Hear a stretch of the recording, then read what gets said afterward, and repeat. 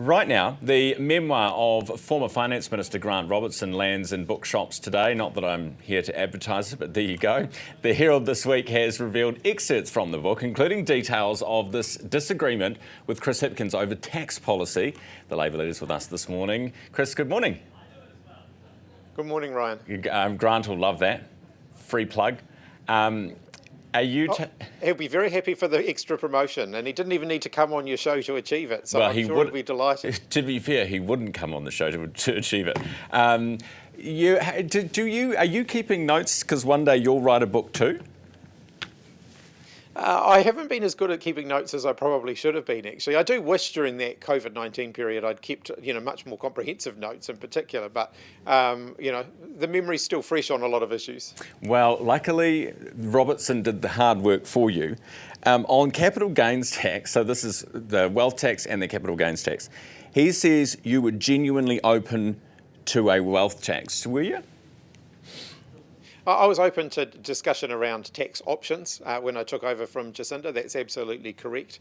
As we went through the development, I think Grant sort of, chronicles that period reasonably well. There's a few bits he misses out. I mean, it wasn't just me. We had cabinet conversations about it. We had conversations with the Labour Party policy groups, and so we ended up where we did. But it was your call. I mean, this is the point he makes. He says he was gutted at your call. Well, the decision not to have a wealth tax in the budget was a cabinet decision, and my opinion, I'm sure, had some sway at the cabinet table, but it was a cabinet decision. Of course it does. Once it's a cabinet decision, everyone's kumbaya. The decision not to have it in the party's manifesto went through the party's policy-making process, so it was a signed-off decision. It wasn't one that I made unilaterally. So when it comes to your policy this year that you're going to announce later on, are you still genuinely open to a wealth tax, as you were then? We're working through options at the moment. We have got both of those options, capital gains and a wealth tax, have been on the table. We've been pretty open about the fact that both of those options have been on the table. And by the end of this year, we're going to be able to answer for New Zealanders what changes we would make to the tax system. We'll be able to explain them. We'll be able to say to New Zealanders what the implications are for them. We will have worked through all the detail of that. So I've committed to announcing that by the end of the year. Will it be tax neutral? Because I mean, the one that Robertson talks about in his book, in terms of the wealth tax, was $3.4 billion from 46,000 people. This is assets more than 10 million. That would get you $20 a week tax cut for your average salary and wage earner. Could you expect to see something similar from a policy you introduce? Oh, look, I know everyone's speculating on what our tax policy might be, but I'm not announcing that today and not announcing any details around it, like, what it might pay for. So that's all still to come. Because let's not talk specifics then. The argument is governments need more money because we've got ageing populations, we don't have as many people working paying tax, blah, blah, blah. So we need more taxes. So do we need more taxes to fund government, or do you need to do this because you want to redistribute the tax system and give working people on lower incomes more money? What we do need to do as a country is make sure that we're investing in the productive economy. So we need to create jobs, because ultimately if you create more jobs and you have fewer people on an unemployment benefit, for example, then that actually reduces government expenditure. If you're spending more money in preventative health care, then you're actually ending up with fewer people in hospital. So I think there are things that we need to do to make sure that the government spending is in the right areas. So there's more work to do in those areas. Tax is only one part of the conversation about all of those things. Did you see the latest numbers, the manufacturing numbers and the services sector's numbers that have come out today? I haven't seen those yet. They've just come out today. Manufacturing was Friday. Particularly. Manufacturing was Friday, but for July, July's numbers, we were in positive territory, which is good. That was from Friday. Today's number is still in contraction, but improving almost. We're touching cloth on growth. This has got to be a good thing. We're maybe turning a corner here from a little mid-year slump. Well, look, we can always live in hope, but I think there's a lot more that we can do as a country to make sure our productive economy is really getting the support that it needs. There's things around power prices that the government can do more about, making sure that we are getting a genuinely competitive electricity market, because that's been one of the things that's been driving manufacturers to the wall.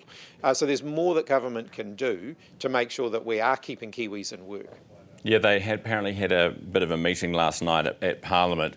Our producers were told, they didn't want to come on and talk about it, but were told that it was Willis, that it was Watts, and Bishop was in the room as well.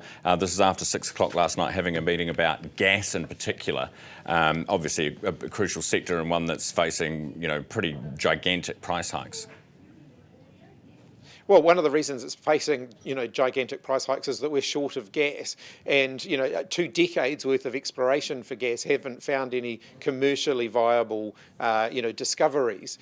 We've got to double down on renewables, and there's lots of renewable energy options for us, not just solar and wind, but things like geothermal, which can actually help us to keep the price of electricity lower, or get the price of electricity lower, give us a good, secure supply of electricity that will mean that our businesses can thrive. Fitch came out yesterday and reaffirmed our credit rating. Do you know how much we're spending servicing debt? Oh, I don't have the dollar figures off the top of my head, but that number is still a relatively small percentage of overall government spending. What is that, the percentage? Oh, I can't remember, but it's in the single digits. Come on. You want to be the Prime Minister and you can't tell me what we are spending servicing our massive debt. Well, if you talk about it in the percentage of government spend, it's in the low single figures. But I don't memorise every. It's about figure 11 billion bucks. Statement. Same amount that we spend on defence, on police, on corrections, and they have a warning that if we want to keep that rating, then we need to make sure that we are fiscally responsible. And you have spoken about wanting to spend on this, wanting to spend on that. We're going to bring this back in. Don't worry, we'll look after the nurses, we'll look after the teachers, we'll look after everybody. At what cost? Well, look, we're going to set out a fiscal plan before the election that shows how we will balance the books. Bearing in mind Nicola Willis hasn't yet done that. Despite 2 years of hot air, the books are still in deficit and there's not a surplus in sight. Government borrowing is increasing under this government, not decreasing. So we'll set out a plan that will show how we will balance the government's books, because it is important that governments do that. Would you get back to surplus quicker, you reckon? Oh, look, I've said that we'll set out a plan that shows how we will balance the government's books. One thing I would say on debt, though, Ryan, is just like anybody buying a house knows, if you're buying new assets, borrowing money that mean you pay for the value of those assets over their lifetime is not a bad thing for government to do. No, totally. To do. If we're going to fix our infrastructure problem, we're going to have to borrow money to do that so that we can pay off that infrastructure over the life of it. And we need to be mature in our conversation about that. Yeah, no, I totally agree with that, but there's a difference between paying debt on a house and paying debt on a Ferrari, right?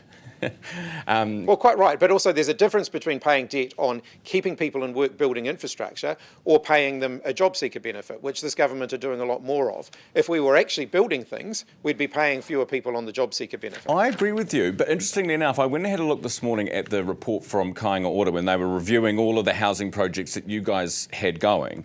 215 of them didn't stack up financially or were actually in the wrong places. I mean, should we be, just for the sake of keeping chippies and builders in work, should we be funding and building houses in places that people actually don't need to live or aren't going to live?